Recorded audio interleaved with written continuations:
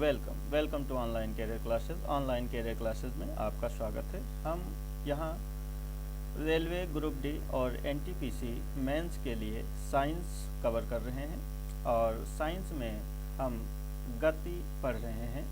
गति मतलब मोशन, और इसमें हमने गति का प्रथम नियम यहाँ तक पढ़ लिया था। गति का दूसरा नियम चल रहा था और इस दूसरे नियम में हमने आपको बताया था कि जो गति का दूसरा नियम होता है, इससे जो बल का परिमाण होता है उसका पता चलता है। तो गति के दूसरे नियम से सबसे पहली बात तो इसमें हमको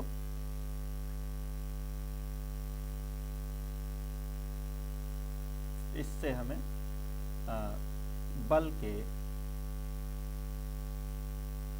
परिमाण के बारे में पता चलता है। परिमाण का पता चलता है।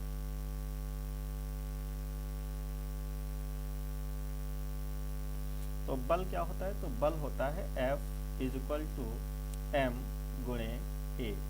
जो F होता है ये हमारा बल होता है और जो m है ये हमारा होता है द्रव्यमान। और जो a होता है ये हमारा होता है त्वरण। एक दूसरी चीज ये भी यहाँ से पता चलती है, ये जो बल होता है ये बराबर होता है संवेग परिवर्तन की दर के। संवेग परिवर्तन की दर। ये दर क्या होता है? तो जहाँ पर भी दर शब्द आ जाता है वहाँ पर डेल्टा टी अर्थात समय से भाग दिया जाता है। तो ये कैसे होता है इसके बारे में हम देखते हैं। तो इससे पहले कि हम संवेग परिवर्तन के बारे में जानें, संवेग परिवर्तन को समझने से पहले हमको ये समझना पड़ेगा कि ये संवेग क्या होता है। संवेग, तो संवेग के बारे में आप देख लीजिए कि यह एक सदिश राशि है। सबसे पहले तो ये आप जानेंगे कि यह एक सदिश राशि है। ये क्वेश्चन अक्सर एग्जाम में पूछा जाता है। यह एक सदिश राशि है। दूसरी चीज होता क्या है संवेग? तो संवेग बराबर आपका होता है, संवेग बराबर होता है द्रव्यमान गुणे वेग। मतलब संवेग को हम P से डिनोट करते हैं और जो आपकी सदिश राशियाँ होती है उनके ऊपर हम वेक्टर लगाते हैं और ये हो जाएगा m गुणे v। तो ये जो v होता है ये वेग होता है, ये भी एक सदिश राशि है। तो ये आप इसको ऐसे भी कह सकते हो कि P इक्वल टू क्या होता है? mv होता है। ठीक है, तो ये तो हो गया संवेग। अब देखिए कि संवेग परिवर्तन क्या होता है। संवेग परिवर्तन, तो संवेग परिवर्तन आपका क्या होता है? तो संवेग परिवर्तन, मान लीजिए कि कोई ऑब्जेक्ट है, ठीक है, कोई ऑब्जेक्ट है, ये आपका इसका जो प्रारंभिक वेग है ये u है और u वेग से ये गतिमान है और इसका जो द्रव्यमान है वो आपका क्या है? m है। तो इसका जो प्रारंभिक संवेग होगा इसको अगर हम p1 मान लें तो p बराबर हो जाएगा m इंटू u। और अगर हम मान लें कि यही जब ये आपका u वेग से गतिमान है और कुछ दूर चलने के बाद कुछ दूरी पर इसका जो द्रव्यमान है वो तो यही रहेगा, m ही रहेगा, लेकिन इसका हम मान लेते हैं कि इसका जो वेग है वो बदल जाता है और ये क्या हो जाता है? v हो जाता है। तो इस स्थिति में यहाँ पर जो आपका p2 होगा संवेग, ये क्या हो जाएगा? m इंटू v, ये हो जाएगा। तो संवेग परिवर्तन, तो परिवर्तन क्या हुआ? पहले कितना था? p1 था और अब कितना हो गया? p2 हो गया। तो संवेग परिवर्तन क्या हो गया? संवेग परिवर्तन को आप डेल्टा p से डिनोट करते हो, ये हो जाएगा आपका p2 माइनस p1, है ना। ये क्या हो जाएगा? p2 माइनस p1 हो जाएगा। तो ये हो जाएगा संवेग परिवर्तन, ये हो जाएगा संवेग परिवर्तन। तो संवेग परिवर्तन क्या हो गया? आपने देखा संवेग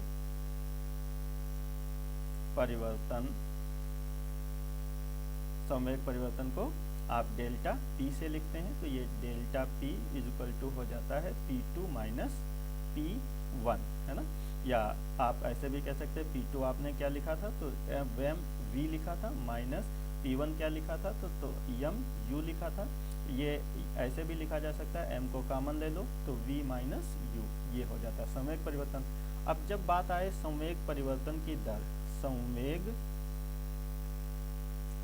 परिवर्तन की दर, तो दर हमने अभी आपको बताया कि संवेग परिवर्तन तो ये डेल्टा पी होता है, अगर इसको आप डेल्टा टी या समय अंतराल से भाग दे दो तो इसी को हम कहते हैं संवेग परिवर्तन। यही हमारा क्या होता है, संवेग परिवर्तन होता है, ये हमारा होता है संवेग परिवर्तन। अब हम आगे जानते हैं कि जो हमारा गति का दूसरा नियम था वो क्या कहता था, तो वो कह रहा था कि जो बल होता है ये संवेग परिवर्तन की दर के बराबर होता है। तो कैसे बराबर होता है, तो जरा देखते हैं। तो हमारा ये हो जाता है F is equal to M into A, और जो ए होता है ये हम आपको पहले बता चुके हैं कि ये त्वरण होता है, ये क्या होता है त्वरण, ये v माइनस यू बटे टी है ना, ये होता है हमारा त्वरण। तो जहाँ पर ए है वहाँ पर हम लिख सकते हैं v minus you upon T, तो ये हमारा हो जाएगा एम इंटू, या इसको आप ऐसे भी लिख सकते हैं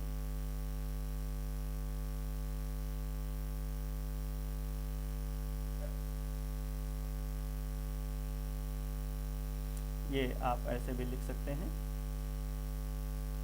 m से ब्रैकेट अगर ओपन कर दें आप तो ये हो जाएगा m v minus M U और अपान t, और यही अभी हमने आपको बताया था कि ये जो एम वी है ये क्या है, ये आपका है P2, और जो एम यू है ये आपका है P1, तो ये हो जाएगा P2 माइनस P1 अपान टी, और ये आपका हो जाएगा, ये आपका हो जाएगा डेल्टा P अपान डेल्टा टी, तो ये आपका हो जाएगा, तो यही हमारा हो जाता है ये F इज इक्वल टू क्या आ गया आपका डेल्टा P अपान डेल्टा टी। तो यही आपसे एग्ज़ाम में पूछा जाता है कि जो दूसरा नियम होता है या संवेग परिवर्तन की दर बल के बराबर होता है, यह कौन सा नियम बताता है, तो यह गति का दूसरा नियम बताता है। तो यहाँ से दोनों क्वेश्चन आपके हो गए। बल आप जानते हैं कि ये बल कैसी राशि है, तो ये सदिश राशि है, इसको भी आप याद रखेंगे, ये सदिश राशि है, बल एक सदिश राशि है। ये आपका संवेग परिवर्तन की दर हो गया जो कि बल के बराबर होता है। आपने संवेग भी जान लिया कि संवेग क्या होता है, तो ये संवेग होता है, संवेग परिवर्तन भी आप जान लिए। तो अब हम देखते हैं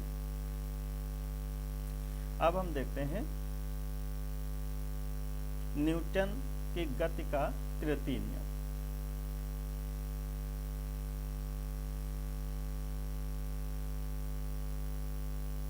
तो न्यूटन का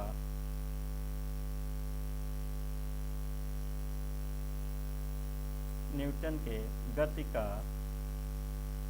का तृतीय नियम, और तृतीय नियम ये क्या कहलाता है, तो ये आपका कहलाता है क्रिया प्रतिक्रिया का नियम। ये हमारा कहलाता है, पहली बात ये क्या कहलाता है, क्रिया प्रतिक्रिया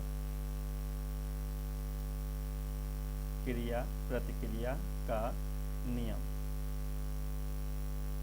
क्रिया प्रतिक्रिया का नियम कहलाता है। और दूसरी बात ये क्या बताता है, तो ये नियम बताता है कि यदि किसी वस्तु पर कोई क्रिया बल लगाया जाए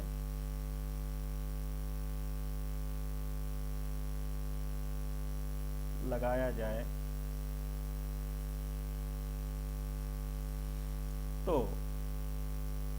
वस्तु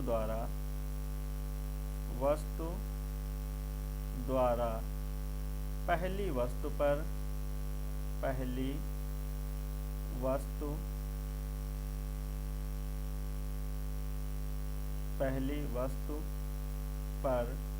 उतना ही प्रतिक्रिया बल लगाया जाता है परंतु परंतु विपरीत दिशा में, विपरीत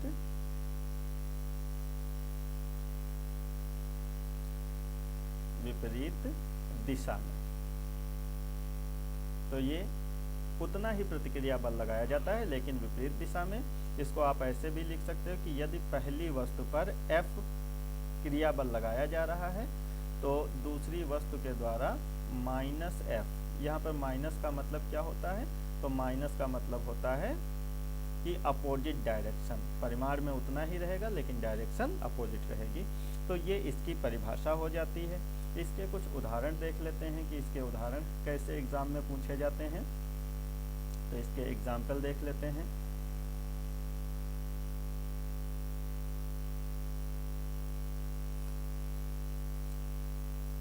पहला एग्जाम्पल देखते हैं कि जब बंदूक से गोली चलाई जाती है तो बंदूक से गोली चलाने पर बंदूक पीछे हट जाती है। ठीक है, यदि गोली आगे की तरफ जाती है तो बंदूक पीछे हट जाती है या पीछे की तरफ गति करती है या धक्का मारती है। तो अगर पूछ लिया जाए कि बंदूक से गोली चलाने पर बंदूक पीछे क्यों हटती है, तो ये क्रिया प्रतिक्रिया के नियम के द्वारा ये पीछे हट जाती है। दूसरा एग्जाम्पल देखते हैं, जैसे जब आप नाव से किनारे पर जब कूदते हैं तो नाव पीछे हट जाती है। नाव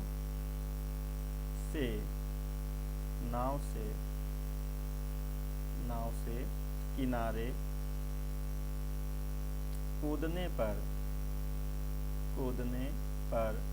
नाव का पीछे हट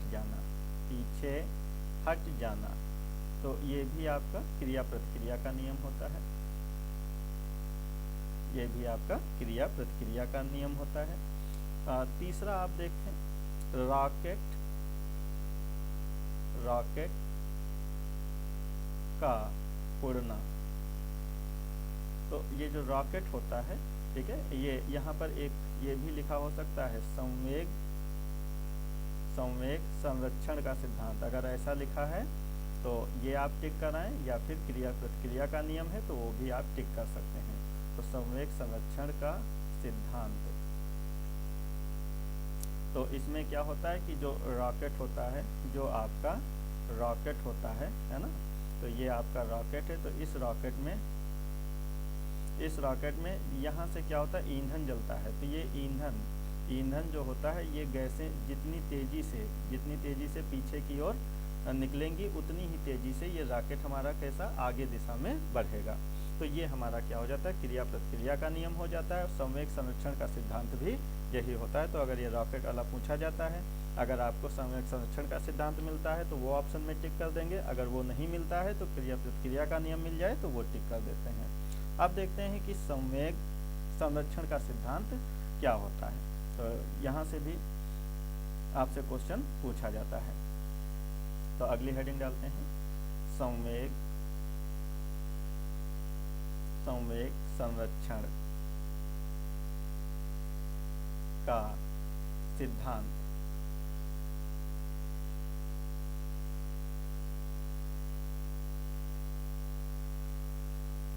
संवेग संरक्षण का सिद्धांत कहता है, यदि कणों के किसी समूह या निकाय पर कोई बाह्य बल नहीं लग रहा हो तो उस निकाय का कुल संवेग नियत रहता है।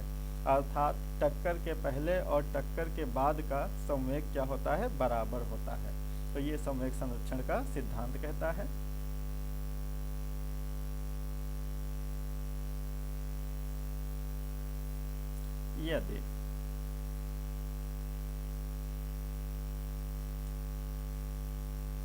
यदि कणों के किसी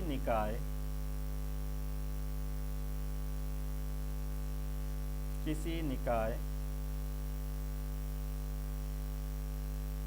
पर कोई बाह्य बल ना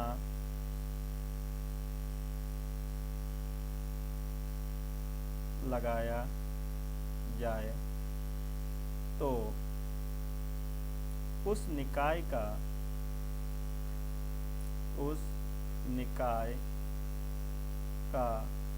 कुल संवेग नियत रहता है। डेफिनेशन नहीं पूछी जाती है आपसे वही जो रॉकेट वाला सिद्धांत है वही पूछा जाता है कि ये किस सिद्धांत पर कार्य करता है, तो संवेग संरक्षण के सिद्धांत पर कार्य करता है। सिर्फ इसको याद रखेंगे, नियत रहती है। ठीक है, अब देखते हैं एक और टर्म आपका आता है आवेग या इसको बल का आवेग भी कहते हैं। बल का आवेग, तो ये बल का आवेग क्या होता है?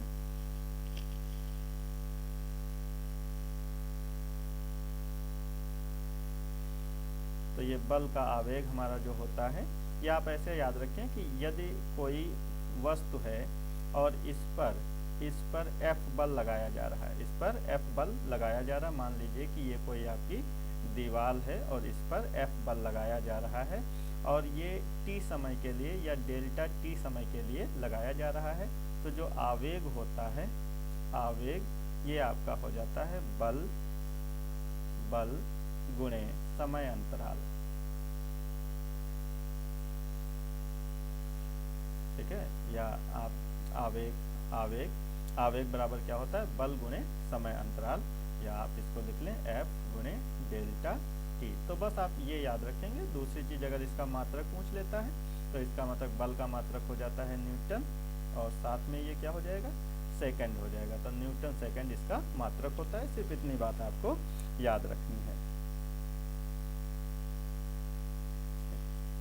और यहाँ से एक चीज और आप याद कर सकते हैं कि ये जो आपका आवेग होता है, ये जो आवेग होता है, आवेग ये बराबर होता है संवेग परिवर्तन के।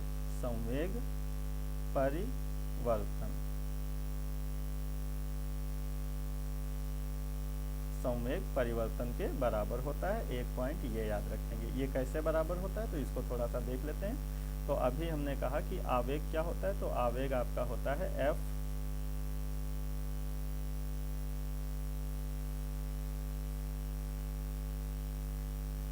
आवेग बराबर होता है आपका, आवेग बराबर होता है F गुणे डेल्टा t। और F अभी आपने पढ़ा था कि ये जो F होता है ये होता है delta p upon delta t। ये गति के दूसरे नियम से आपने पढ़ा है कि delta p upon delta t ये F के बराबर होता है और इंटू डेल्टा t। तो ये डेल्टा t आपके कैंसिल हो जाएंगे। ये क्या हो जाएगा? Delta p। ये क्या होता है? संवेग परिवर्तन होता है। डेल्टा p को ही हम कहते हैं संवेग परिवर्तन। तो ये भी आप याद रखेंगे। और यह कैसी राशि है? तो ये जो आपका आवेग है, आवेग एक सदिश राशि है। आवेग एक सदिश राशि है। इसका मात्रक हम आपको पहले ही बता चुके हैं। ठीक है, तो अब इसमें हम आगे बढ़ते हैं और कुछ और जानते हैं। जैसे एक टर्म आता है अभिकेंद्र बल। अभिकेंद्र बल, तो ये अभिकेंद्र बल क्या होता है? तो हमने बताया कि जब कोई पिंड एक निश्चित बिंदु के चारों ओर गति करता है तो इस प्रकार की जो गति होती है ये हमारी वृत्तीय गति कहलाती है। और ये जो वृत्तीय गति होती है, इस वृत्तीय गति में ये केंद्र की ओर, मतलब ये जो केंद्र होता है ये केंद्र की ओर ये वस्तु द्वारा एक बल आरोपित होता है और इसी को आप कहते हो अभिकेंद्र बल। इसी को हम कहते हैं अभिकेंद्र बल। ये क्या हो जाता है? ये जो F आपका है, यही F आपका क्या कहलाता है? अभिकेंद्र बल कहलाता है। तो इसकी डेफिनेशन थोड़ी सी है, वो देखते हैं।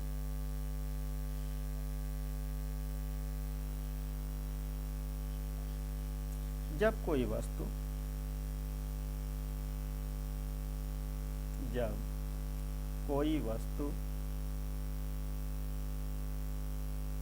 किसी वृत्ताकार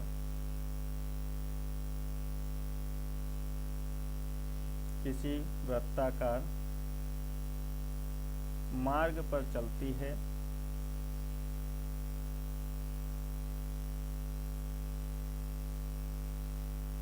मार्ग पर चलती है, तो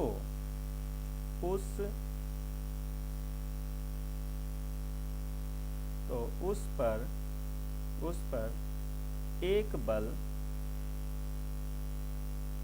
वृत्त के केंद्र की ओर कार्य करता है। इसे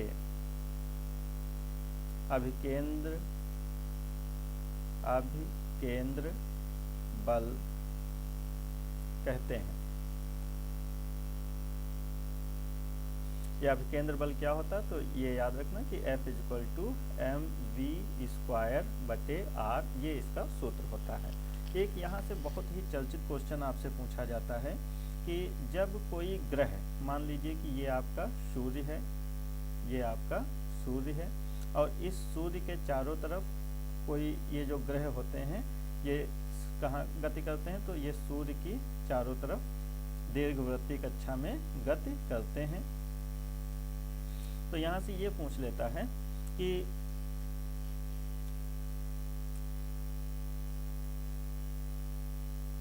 ये जो यहाँ से जो ये यहाँ पर ये केंद्र की तरफ भी एक बल कार्य करता है, और ये जो इसको क्या कहेंगे? अभिकेंद्र बल कहेंगे। और ये जो अभिकेंद्र बल होता है, आवश्यक अभिकेंद्र बल, ये गुरुत्वाकर्षण बल से प्राप्त होता है। ठीक है, तो एक पॉइंट यहाँ पर लिख लेंगे, ये बहुत एग्जाम में पूछा जाता है कि सूर्य के चारों तरफ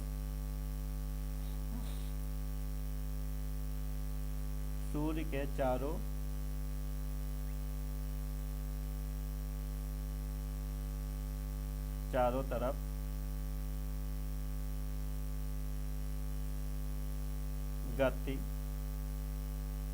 कर रहे किसी ग्रह को आवश्यक अभिकेंद्र बल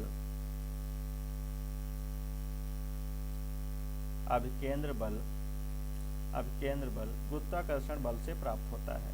गुरुत्वाकर्षण बल से प्राप्त होता है।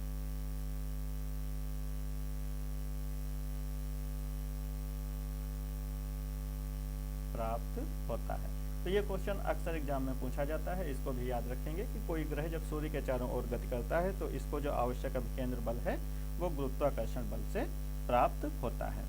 अब देखते हैं, एक होता है अपकेंद्र बल, एक होता है अपकेंद्र बल, इसको देखते हैं।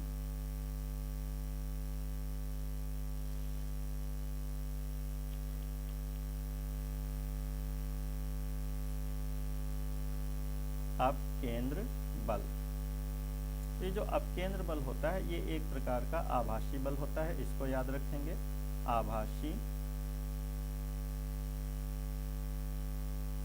आभासी बल होता है, इसको हम छद्म बल भी कहते हैं, ये पॉइंट आप याद रखेंगे। ये होता क्या है? तो ये जैसे यदि कोई बच्चा झूला झूल रहा होता है और वो अगर अपने हाथों को यदि रस्सी को छोड़ देता है, अगर अपने हाथों से रस्सी को छोड़ देता है तो वो नीचे गिर जाता है। उसको ऐसा लगता है कि किसी ने उसको धक्का दिया है, लेकिन वास्तव में वहाँ पर कोई धक्का देने वाला उपस्थित नहीं होता है, कोई किसी के द्वारा धक्का नहीं दिया जाता है। तो इसी बल को हम क्या कहते हैं? छद्म बल या आभासी बल कहते हैं। ये अपकेंद्र बल देखिए, ये पूछ लेता है, जो एग्जाम्पल पूछता है क्वेश्चन में वो हम आपको बता रहे हैं कि जो हमारी वॉशिंग मशीन होती है, वॉशिंग मशीन है ना, कपड़े धोने वाली जो मशीन होती है, ठीक है, वो इसी सिद्धांत पर कार्य करती है। इसी सिद्धांत मतलब अपकेंद्र बल के सिद्धांत पर, इसी सिद्धांत पर कार्य करती है। कार्य करती है। दूसरा आपसे पूछ लेता है जो दूध से क्रीम निकालने वाली मशीन, है ना। तो ये भी आपकी इसी प्रकार से इसी सिद्धांत पे कार्य करती है। तीसरा झूला झूलते हुए बच्चे का गिरना,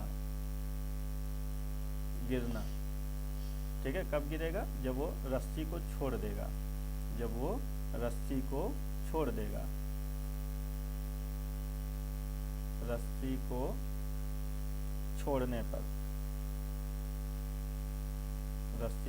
छोड़ने पर, ठीक है।